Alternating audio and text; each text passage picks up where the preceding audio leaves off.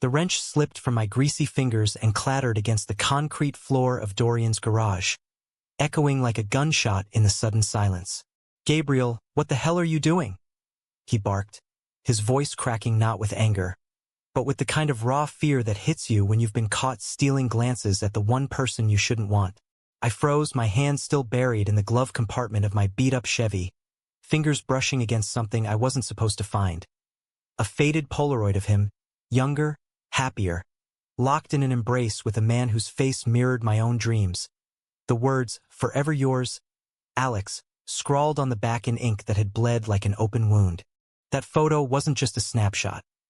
It was a grenade, and pulling it out shattered everything I thought I knew about the quiet mechanic who'd become my anchor in this godforsaken Oregon town.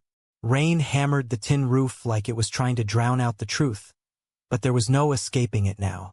Dorian Gray, yeah, like the wild character which should have been my first clue he carried shadows, had promised me this was just a routine checkup on my engine after it sputtered out on Highway 101 last week.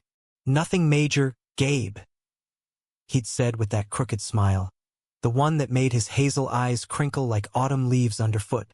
"Pop the hood, and we'll get you back on the road." I'd driven into Seaside 2 years ago, fleeing the kind of life that chews you up and spits you out in Seattle, corporate grind, a string of bad dates with guys who treated love like a transaction, and a family that still whispered phase when they thought I wasn't listening. At 28, I was starting over, crashing in a rented A-frame cabin by the coast, scraping by as a freelance graphic designer for local breweries. The ocean's roar was my therapy, but my '98 Silverado was my lifeline, hauling me to gigs and grocery runs. When it started coughing black smoke on the way back from a Cannon Beach pitch meeting, I limped into Dorian's auto repair on the edge of town, the neon sign flickering like a bad omen. Dorian was behind the counter that first day, wiping his hands on a rag that looked older than both of us. Mid-30s, built like he could bench press a crankshaft, with a jawline shadowed by perpetual stubble and tattoos snaking up his forearms. Anchors and roses, symbols of things that hold fast or wilt away. "What VE we got here?" he'd asked, peering under the hood with a flashlight. His flannel shirt rolled to his elbows, revealing the kind of quiet strength that made my pulse stutter. No bullshit, no upselling. He diagnosed the carburetor in 10 minutes flat and fixed it by sundown, charging me half what the big shops in Portland would have. "Drinks on me at the Rusty Anchor if you make it through the week without breaking down again," he joked, slapping the hood like it was an old friend. I took him up on it, and that's how it started, beers turning into late-night bonfires on the beach, stories swapped over clam chowder at the local diner. Dorian was a transplant too, from some nowhere town in the Midwest, he'd said vaguely, dodging details like they were potholes. He loved classic rock, hated small talk, and had this laugh that rumbled low, like thunder rolling in from the Pacific. We'd talk for hours about everything and nothing. The way the fog clung to the cliffs like regret, or how rebuilding an engine was like piecing together a fractured heart. One bolt at a time, no room for error. I caught myself staring at the way his hands moved, calloused and sure, wondering what they'd feel like tracing lines on skin instead of steel. But I kept it locked down. Seaside was progressive on paper. Rainbow flags and shop windows during Pride, a thriving art scene. But whispers traveled faster than Wi-Fi here. I'd been burned before. The ex in Seattle who ghosted after his buddies called me too much, so I played it safe, content with the slow burn of friendship, the electric brush of shoulders when he handed me a wrench during oil changes. Until that Polaroid. Now, standing there in the dim garage light, the photo trembling in my grip, Dorian's face drained of color. The air smelled of motor oil and ozone from the storm outside, thick enough to choke on. "Gabe, give me that," he said, stepping forward. But his voice was a plea, not a command. I held it out, the image catching the bulb's glare. Dorian, maybe 25, grinning against a sunset in what looked like a Chicago park. Arms wrapped around a guy with my same lanky build, dark curls, easy smile. Alex. The name hit like salt water in a cut. Who is he? My words came out sharper than I meant, laced with the jealousy I hadn't earned. Dorian snatched the photo, crumpling it further in his fist, his knuckles whitening like he was throttling an engine that wouldn't turn over. For a long beat, neither of us moved, the rain a relentless drumbeat urging confession. Then he turned away, shoulders hunching as he shoved the picture into his pocket. Someone who mattered. Past tense. We'd been here before, skirting the edges of truth. Last month, over whiskey at my place, he'd admitted he was gay. Casual, like mentioning a favorite band, but clammed up when I asked about his last relationship. It ended bad, was all he'd say, eyes fixed on the fire pit's embers. I'd let it drop, too afraid of scaring him off, of turning our easy rhythm into awkward silence. But that photo, it wasn't just a relic.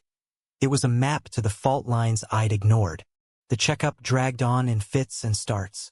I busied myself handing him tools, but the air crackled with unspoken questions. He bled the brakes with mechanical precision, but his hands shook once, twice, betraying him. Finally, as he lowered the truck from the lift, he broke. Alex was my fiancée. We met in college, built a life in the city. Thought it was forever. House, dog. The whole American dream bullshit. His voice cracked on the last word, and he slammed the hood harder than necessary. I leaned against the workbench, arms crossed to hide my own tremor. What happened? Dorian dragged a stool over, sinking onto it like his legs had given out. The garage felt smaller, the storm outside mirroring the one brewing in his eyes. He cheated. With my best friend, of all people. Found out on our anniversary. Walked in on them in our bed. He laughed, bitter and hollow, rubbing his face with grease-streaked palms. I confronted them, screaming like an idiot, and Alex just looked at me like I was the problem. Said I'd been distant, buried in work. Packed a bag that night and left me with the lease and a mountain of debt. The betrayal landed heavy, a punch to the gut that echoed my own scars. I'd lost friends to similar knives, guys who'd sworn brotherhood until my coming out made them squirm. But Dorian? He'd rebuilt himself brick by brick, driving west to this rainy corner of the world, opening his shop with loans from a cousin who barely spoke to him anymore. I came here to disappear, he admitted, voice dropping to a whisper. No more lies, no more pretending. But then you show up, with your sketches and your stupid jokes about bad coffee, and suddenly I'm not hiding anymore. I'm feeling things. For you. My heart slammed against my ribs. A wild thing finally set free. I'd fallen for him months ago. In the quiet moments, like when he'd fixed my wipers during a downpour and driven me home, or the way he'd linger after closing, sharing slices of pie from the bakery next door. But hearing it aloud? It was terror and elation twisted together, like revving an engine too fast on a slick road. Dorian. I started, but he stood, closing the distance in 2 strides, his hand cupping my jaw with a gentleness that belied his strength. The kiss was inevitable, a spark igniting dry tinder. Soft at first, tentative, tasting of salt and rain and the coffee we'd shared that morning. His stubble rasped against my skin, grounding me as the world tilted. But just as I leaned in, deepening it with a hunger I'd bottled up too long, his phone buzzed on the workbench, a shrill intrusion that shattered the moment. He pulled back, eyes shadowed, and glanced at the screen. The color fled his face again. It's him, he muttered, silencing it with a swipe. Alex, the ghost in the photo reaching across state lines. Before I could process another buzz, a voicemail. Dorian hesitated, then played it on speaker, the garage amplifying the voice like a confessional. Dorian, it's Alex. I know you're ignoring me, but I need to see you. We made a mistake. I'm coming to Oregon. Be there soon. The words hung like exhaust fumes, choking the air. Betrayal, fresh and sharp, but not from Dorian, from the universe, for dangling this hope only to yank it away. He's married now, Dorian said flatly, as if reading my mind. To that friend. But he shows up every few months, drunk texts, apologies that don't stick. Says he misses us. I block him, but he finds ways around it. Rage boiled up, hot and unfamiliar. Not at Dorian, but at the man who'd carved him hollow and left him bleeding. You don't owe him shit, I said, voice steady despite the storm inside. He's poison, Dorian. And if you let him back in, he'll drag you under again. The words were a gauntlet thrown, our first real conflict laid bare. He paced, fists clenched, the internal war playing out in the furrow of his brow. You think I don't know that? But part of me, God, Gabe, part of me still wonders if I drove him away. If I'm just broken. That was the climax. The raw nerve exposed under the garage's unforgiving light. We argued then, voices rising over the rain's roar. Me pleading for him to cut the cord. Him unraveling the threads of self-doubt Alex had woven. You're not broken, I shouted finally, grabbing his shoulders, forcing him to meet my gaze. You're the guy who fixes everything for everyone else.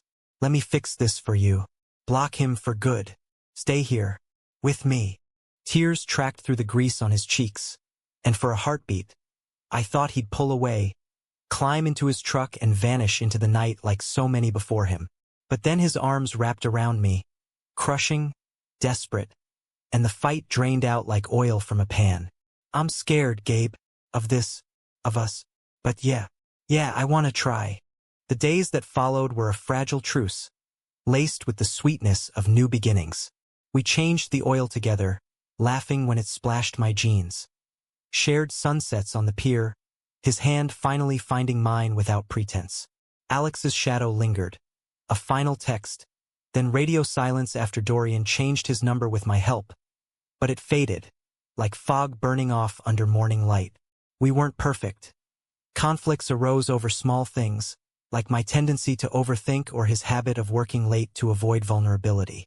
But we talked through them, raw and real, building something sturdy from the wreckage. 6 months later, on a crisp fall evening, we stood in that same garage, the truck purring smooth after a tune-up. Dorian pulled a new photo from his wallet. Not faded, not bleeding ink, but fresh. Us, arms slung around each other at the county fair, Ferris wheel lights blurring in the background. Your turn to write on the back, he said, handing me a pen with that crooked smile. I scrawled, Forever starts now, Dorian, and pressed it into his palm. In the end, it wasn't about erasing the past or dodging betrayal. It was about choosing the mess of humanity over the illusion of perfection. We'd both been wrecked, towed to the shop of second chances, and somehow, in the grit and grease of it all, we found our way to each other. Not fixed, maybe, but running stronger than before.